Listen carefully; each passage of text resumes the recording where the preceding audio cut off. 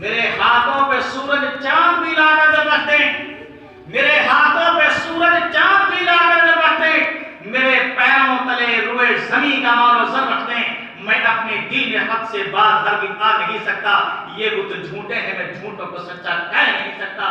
یہی جواب ابراہیم علیہ السلام نے اپنے بابا کو دیا، میرے بابا مجھے اس بات کا احساس نہیں کہ آپ نے مجھے زمین سے نکال دیا ہے، جائیداد سے بے دخل کر دیا ہے، اور مجھے اس بات کا بھی خیال مراد نہیں ہے کہ تم نے مجھے ملک شہر سے بابل شہر سے نکلوا دیا ہے۔ جب آپ کو بابل شہر سے نکالا گیا، آپ شہر کے باہر کھڑے ہو گئے، دونوں ہاتھوں کو رب کے دربار اٹھایا، دعا کی، اللہ اے اللہ میرا بابا انجان ہے، اے اللہ میرا بابا نہیں جانتا تیری حقیقت کو، تیری خدائی کو نہیں پہچانتا، اے اللہ میرا بابا میری قوت کو نہیں پہچانتا، اے اللہ اس بات پر میرے بابا کو مت پکڑنا کہ اس نے مجھے شہر سے نکلوا دیا ہے، زمین سے بے دخل کر دیا ہے، اے اللہ میرے بابا کو اس بات پر مت پکڑنا۔ انداز لگائیے، ابراہیم علیہ السلام کو زمین سے اپنی اولاد سے بے دخل کر دیا اور شہر سے نکلوایا، لیکن پھر بھی نبی نے بد دعا نہیں کی۔ تو اس بات سے واضح ہوتا ہے اگر ماں باپ اولاد کی وراثت میں، اولاد کی وراثت تقسیم کرنے میں کئی مرتبہ ہو جاتی ہے، کہیں سے غلطی جانے انجانے میں ماں باپ کسی بیٹے کو کسی سے زیادہ دیا، کسی کو کم دیا، ایسا ہو سکتا ہے، انسان میں غلطی ہو سکتی ہے۔ اگر کسی بیٹے کو باپ نے وراثت میں کم دیا ہے، دوسرے کو زیادہ دیا ہے، اور جس کو کم دیا ہے اس کو اختیار نہیں ہے اپنے باپ کی توہین کرنے کا، اس بات پر مجھے کم حصہ دیا ہے۔ اگر بابا نے وراثت کے تقسیم کرنے میں اگر کہیں غلطی کی ہے تو اس معاملے کو رب کے حوالے چھوڑ دو، لیکن تمہیں اختیار نہیں ہے تمہارے ماں باپ کی توہین کرو۔ تو فرمایا نبی اکرم صلی اللہ علیہ وسلم نے قرب قیامت کی نشانی، بڑی نشانی ہے، ماں باپ کی بے حیائی ہوگی، ان کا مقام نہیں ہوگا، ان کی حیثیت نہیں بندی جائے گی۔ میرے بھائی انداز لگا لیے، اللہ کے رسول جناب محمد رسول اللہ فرمایا، انداز لگائیے کہ جب بچہ چھوٹا ہوتا ہے، معصوم بچہ ہے، پاخانہ میں سن گیا، عموماً ہوتا ہے بچہ بستر میں، جب چھوٹا بچہ پاخانہ کر دیتا ہے اور اس کی گندگی کو دیکھ کر کے گھر کے سارے افراد ناک چڑھا کے نکل جاتے ہیں، اور ماں جس نے 9 ماہ تک اس بچے کو پیٹ میں رکھا، وہ ماں اس بچے کی گندگی کو صاف کرتی ہے۔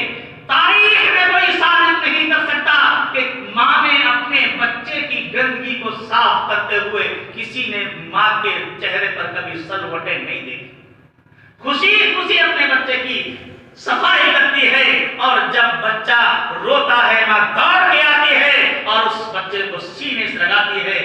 دیکھیے اس دور کو میرے بھائی، اس ماں باپ کی خدمت کو دیکھیے، جب بچہ بیمار ہوتا ہے ماں دوڑ کے جاتی ہے، باپ بھی پریشان ہے، کبھی اس ڈاکٹر کے پاس، کبھی اس وید کے پاس، کبھی اس فقیر کے پاس، کبھی اس درویش کے پاس، یہاں تک کہ بعض اوقات ہم نے دیکھا ماں باپ اپنے ایمان کا سودا کر بیٹھتے ہیں۔ کسی نے بتایا تم فلاں بابا کی درگاہ میں چلے جاؤ، تمہارا بیٹا ٹھیک ہو جائے گا، ماں باپ ایمان کا سودا کر بیٹھتے ہیں اس بچے کی زندگی کے لیے، اس کی سہولت کے لیے۔ لیکن میرے بھائی جب وہ بچہ جوانی دردی پہ آتا ہے، جب وہ جوانی کے مقام پر پہنچتا ہے، جب وہ جوانی کے دور میں آتا ہے، جب اللہ اسے کچھ ہونہار بنا دیتا ہے، جب اس کی نگاہیں پلٹ جاتی ہیں، ان کی نگاہیں پلٹ جاتی ہیں، دل کی سوچ بدل جاتی ہے، ذہن بدل جاتا ہے، پھر اس ماں باپ کا وقار اس کے جسم میں نہیں ہے۔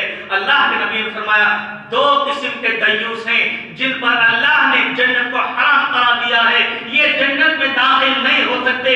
پہلا وہ دیوس آدمی جس کی بیوی گلت کریکٹر کی ہو اور وہ اس کی خرابیوں کو، اس کی برائیوں کو نظر بند کر کے دیکھ رہا ہے، وہ دیوس ہے، جنت حرام ہے۔ دوسرا وہ دیوس آدمی جس کے بوڑھے ماں باپ ہیں اور اس کے جوان بیٹے ہیں، وہ بوڑھے ماں باپ اکیلا کھانا بناتے ہیں اور وہ جوان الگ رہتے ہیں، ان جوان بیٹے کے ہوتے ہوئے وہ ماں بڑھاپے کے مراحل میں اپنے ہاتھ سے کھانا پروستی ہے۔ ایسے لوگوں پر رب نے جنت کو حرام قرار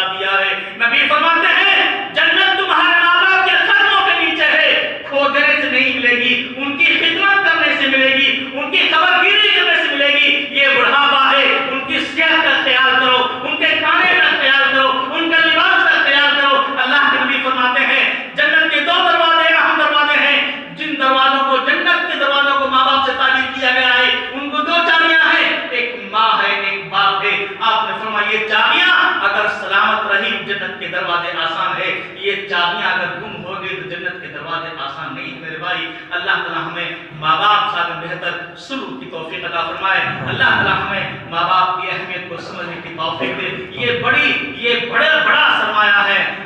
ایک میواتی شاعر کہتا ہے بھائی مرے پڑ گٹے پتا مرے پت جائے جس دریدر کی مائی اس دن جگ سنو ہو جائے. جس دن ماں کا سایہ اٹھ جائے گا باپ کا سایہ اٹھ جائے گا تب پتہ چلے گا ان کی حیثیت ان کا مقام کیا ہے.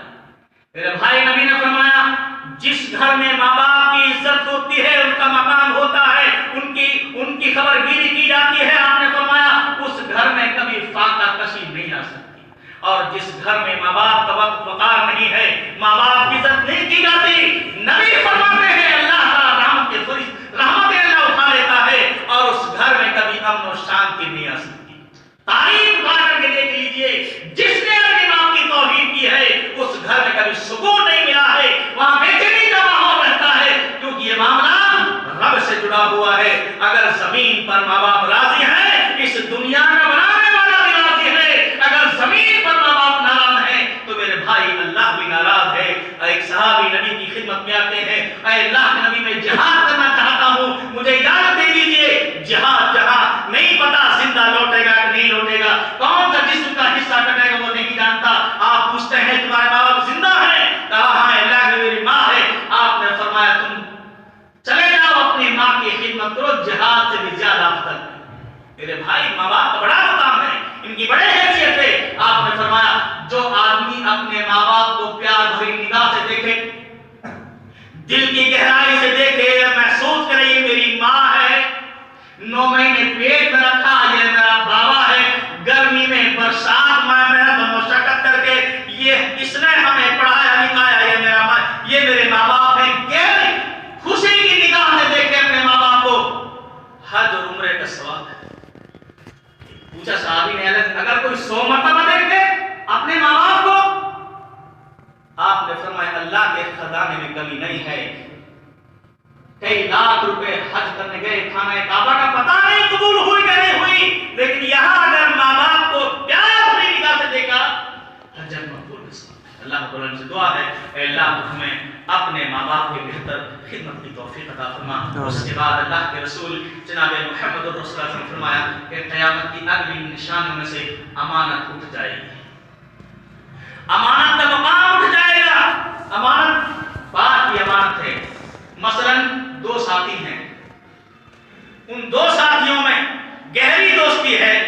اکثر ہوتا کیا ہے اگر کسی بھائی کے ذہن میں اس کے گھریلو معاملات میں اس کے بزنس اور دکانداری کے معاملے میں کوئی گڑبڑی ہو جاتی ہے دل بوجھل ہو رہا ہے اپنے گھریلو معاملے کو اپنے بھائی سے شیئر کرتا ہے اپنے دوست سے شیئر کرتا ہے اسے رکھتا ہے تاکہ دل میں کچھ بات وزن گھٹ جائے اپنا سمجھ کر کے بات رکھتا ہے تو وہ باتیں جو گھر کی باتیں اپنے دوست ہونے کی ناطے اس نے رکھی ہیں وہ باتیں اس کی امانت ہے. اگر ان باتوں کو کسی اور کے سامنے ظاہر کر دیا کہ یہ امانت میں خیانت.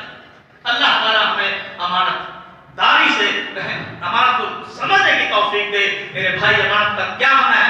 محض تو ہے اسلام کے اندر مسلمانوں کی امیر حضرت عمر فاروق اعظم رضی اللہ تعالیٰ چند صحابہ کے ساتھ میں آپ صحرا پہ جنگل میں گھومنے نکلے. صحرا پہ نکلے سفر میں دور نکلے پہاڑ کے جنگلوں میں. وہاں ایک نوجوان لڑکا چرواہا بکری چلا رہا تھا. عمر فاروق اعظم نے اس چرواہے سے کہا کہ ہم مسافر ہیں. چرواہا بھی نہیں جانتا کہ مسلمانوں کے امیر مسلمانوں کے حکمران نہیں جانتے وہ. عمر فاروق اعظم نے عرض کیا کہ بھائی ایک چرواہے ہم مسافر ہیں بھوک لگی ہے ایک بکری ہمیں دے دو ہم اس کا دودھ پی کر کے سفر پہ آگے چل پڑیں. نوجوان نے کہا کہ انجان مسافر یہ بکریاں کسی اور کی امانت یہ مال کسی اور کی امانت میں تو مزدور آدمی ہوں چلانے والا ہوں. یہ مال کسی اور کا بکریاں کسی اور کی میں کسی اور کا مال آپ کے حوالے نہیں کر سکتا کسی کو نہیں کر سکتا. میں یہ امانت ہے میرے پاس.